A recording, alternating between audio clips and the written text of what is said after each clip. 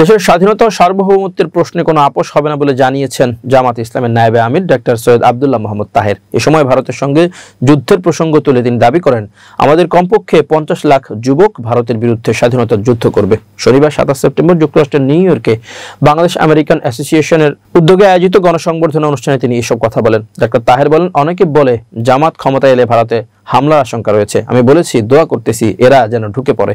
ভারত ঢুকলে আমাদের সেই বদনাম যাবে যা 1971 সালে চাপানো হয়েছিল। তখন আমরা প্রকৃত মুক্তিযোদ্ধা হিসেবে প্রমাণ করার একটা সুযোগ পাবো।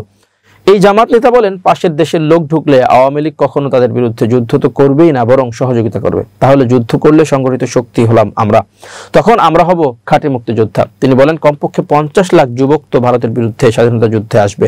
তাদের 2 ভাগ করে দেব, এক ভাগ গেরিলা যুদ্ধে অংশ নেবে, বাকিরা বিস্তৃত এলাকায় ছড়িয়ে পড়বে। রাসূল সাল্লাল্লাহু আলাইহি ওয়াসাল্লামের গাজওয়া সম্পর্কিত হাদিসের বাস্তবায়ন তখন মহাপরিকল্পনা হয়ে দাঁড়াবে বলে মন্তব্য করেন তিনি। জাকাতের অর্থনৈতিক ব্যবহারের প্রসঙ্গেও তিনি বক্তব্য দেন। তার মতে, অফিসিয়ালি জাকাত আদায় হলে 3 থেকে 4 বছরের মধ্যেই বাংলাদেশ থেকে দরিদ্র দূর করা সম্ভব।